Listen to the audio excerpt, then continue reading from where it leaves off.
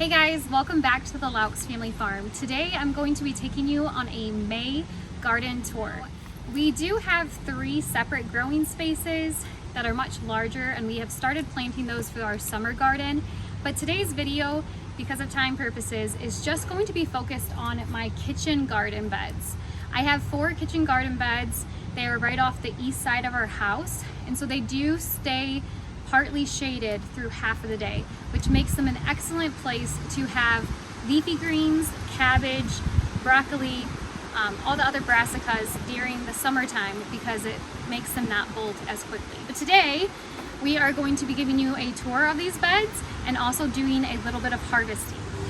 So like I said, these kitchen garden beds are on the east side of our house. We have a 16 by 60 space fenced in, and that is to keep our chickens out of my garden beds. They will just love having a grand picnic in these beds if we did not keep it fenced off.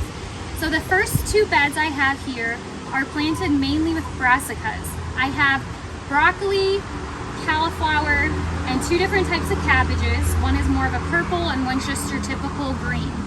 Then I do have some tennis ball lettuce and a few other herbs.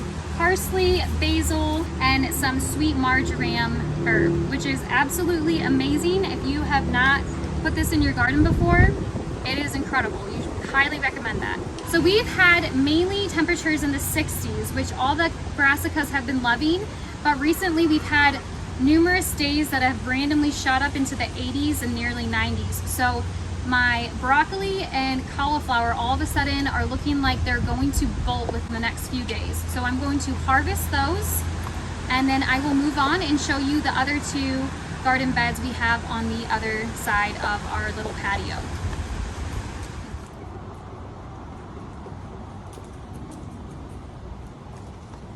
All right, so as you can see, this broccoli is still okay to harvest. It hasn't quite gone to flower, or also known as hasn't started to bolt yet. However, it should be a dark green. There's areas where you can see it's starting to lighten up, and that's where the flowers really will start bolting. So when we go to cut it, you want to make sure that you're just cutting this top place. There are secondary shoots that will continue to grow and be other broccoli that you can continue to harvest. So you want to cut right underneath. Although these secondaries are looking like they're going to bolt also, but you can see right in here, these hopefully, now that we've cut the top, should start producing, and I should have some more broccoli, especially since our temperature tomorrow will be 87, but after that we have a good 10 days of weather being in the 60s and 70s. So I think I'll still have quite a while left with this broccoli. I'm gonna go ahead and harvest these secondary broccolis. This one again. All right, now unlike broccoli, that once you do the first harvest, there will be secondary shoots that start to grow and you can have multiple harvests. With cauliflower, you get 1 harvest. They suggest, I believe, around 6 to 8 inches for your head, but you also want to make sure that your head doesn't, again, start to bolt and flower. So this looks like a beautiful cauliflower that we'll for sure be harvesting today. There is another example over here of a cauliflower that I think is starting to bolt, and it is my first time growing cauliflower, so I will have to do more research and see if the flavor has already began to change or if this is still going to be edible and enjoyable. I'm gonna harvest it regardless and then do my research. So I'm going to leave just a few leaves on.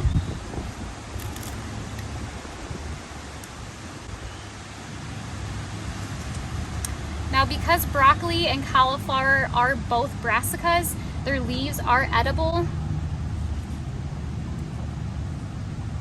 I've heard them compared to tasting similar to kale, and I'm excited to try and see what I think.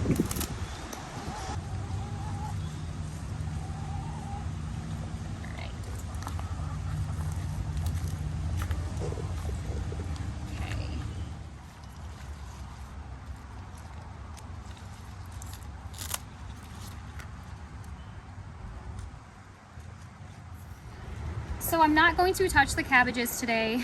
The tennis ball lettuce, I have been enjoying just grabbing handfuls of it and throwing it into my salads.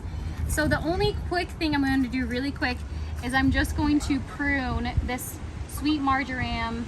I'll take it inside, put it in a little vase of water, and enjoy the fragrance. But that way it is just going to promote more growth. If you trim it often, it'll create a much more full and lush plant. So as I make my way from these beds and to the other side of our back fenced-in area on the kitchen gardens, I do have a small little patio. I'm growing vertically sugar snap peas, and I planted them a little late, so they haven't started to flower and produce seed pods yet, but I expect that to be pretty soon. Now that I've made my way across our small patio deck, I do have a mirrored image of the sugar snap peas, except with this planter and TP trellis, I am growing nasturtiums. All right, so the last two kitchen garden beds I have jam-packed with radishes, brassicas, leafy greens. We have spinach, merlot lettuce, butter crunch lettuce, garlic and onions and carrots. And I am incredibly happy with how these did. The only thing that didn't go completely my way is that some of my radishes and the one type of brassica I had did bolt on me. So I'm going to be harvesting radishes, spinach, more leafy greens. The spinach I've been enjoying putting on my sandwiches. I've gotten into making my own sourdough bread, so having fresh spinach to go on a nice crisp fresh loaf of sourdough bread is just absolutely my favorite. After planting the radishes, I was supposed to come back and thin them so that each plant would have enough space to grow. Time got away from me and I did not get around to it. So I have some that are beautiful and look like a wonderful radish, and then I have others that never really developed further. So this is why thinning your plants is really important.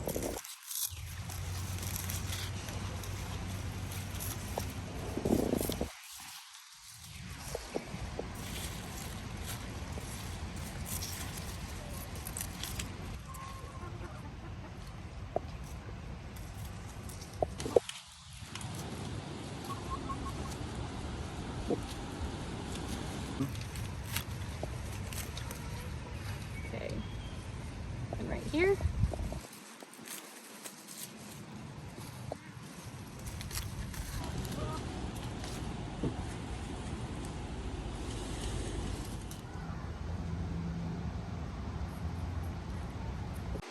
All right, you guys, thank you so much for joining me today for our little kitchen garden tour. If you haven't yet subscribed, please do so. I had a lot of fun today, and I'll see you next time. Bye.